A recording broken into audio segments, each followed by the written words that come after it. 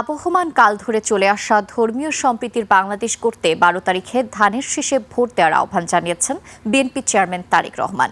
তিনি বলেন, বিএনপি এমন একটি বাংলাদেশ করতে চায় যেখানে নারী শিশু সহ ধর্ম বর্ণ নির্বিশেষে সবাই সমান অধিকার পাবে।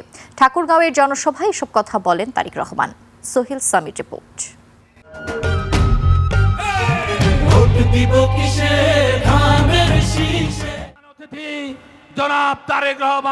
নির্বাচনী প্রচারণার অংশ হিসেবে শনিবার দুপুর ১২টায় ঠাকুরগাঁও হাই স্কুল মাঠে গিয়ে পৌঁছান বিএনপি চেয়ারম্যান তারেক রহমান। উপস্থিত লাখো জনতার পক্ষ থেকে ঠাকুরগাঁয়ে বিএনপি চেয়ারম্যানকে স্বাগত জানান বিএনপি মহাসচিব মির্জা ফখরুল ইসলাম আলমগীর।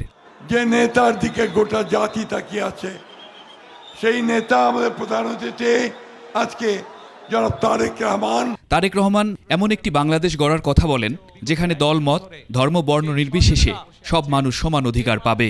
যেই বাংলাদেশে সাধারণ মানুষ নিরাপদে ব্যবসা বাণিজ্য চাকরি বাকরি করতে পারবে, যেই বাংলাদেশে মা বোনেরা নিরাপদে কর্মসংস্থানের ব্যবস্থা করতে পারবে, নিরাপদে পথে চলাচল করতে পারবে, শিশুরা ভবিষ্যৎ প্রজন্মরা তাদের শিক্ষা ব্যবস্থা সুন্দরভাবে করতে পারবে যাতে করে তারা মানুষ হয়ে গড়ে উঠতে পারে, যুব সমাজের সদস্যরা তাদের লেখাপড়ার পরে কোনো না কোনো একটি কর্মসংস্থানের ব্যবস্থা করতে পারবে, তাদেরকে বেকার থাকতে হবে না।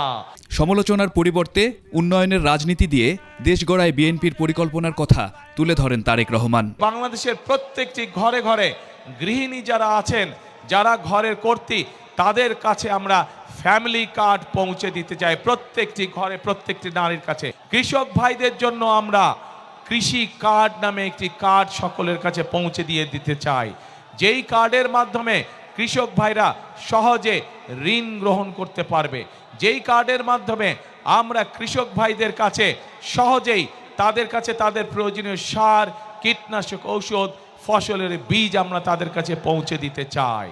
উত্তর জনপদের কৃষকদের উন্নয়নে কৃষি ঋণ মৌকুফ সহ ঠাকুরগাঁওয়ে বিমানবন্দর, মেডিকেল কলেজ, বিশ্ববিদ্যালয় গড়ে তোলার প্রতিশ্রুতি দেন বিএনপি চেয়ারম্যান। সকল কৃষকের 10,000 টাকা পর্যন্ত কৃষি ঋণ ইনশাল্লাহ আমরা মৌকুফ করতে চাই। শুধু তাই নয়, বিভিন্ন সময় যে ক্ষুদ্র ঋণ গ্রহণ করেছে সমগ্র বাংলাদেশে কৃষক, জেলে সহ বিভিন্ন শ্রেণী পেশার মানুষ, সেই ক্ষুদ্র ঋণও আমরা সরকারের পক্ষ থেকে, জনগণের হয়ে সরকারের পক্ষ থেকে আমরা পরিশোধ করতে চাই। মানুষের ভাগ্যোন্নয়নের রাজনীতিকে এগিয়ে নিতে 12 ফেব্রুয়ারি ধানের শীষে ভোট দিতে জনগণের প্রতি আহ্বান জানান তারেক রহমান।